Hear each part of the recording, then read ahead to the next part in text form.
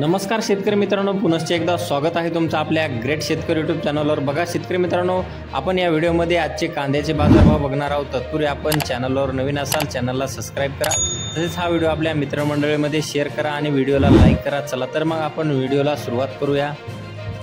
बघा शेतकरी मित्रांनो, कृषी उत्पन्न बाजार समिती चंद्रपूर गंजोड या ठिकाणी अवकालेली 828 क्विंटल, जास्तीत जास्त दर आहे 3750 रुपये क्विंटल, सर्वसाधारण दर आहे 3250 रुपये क्विंटल।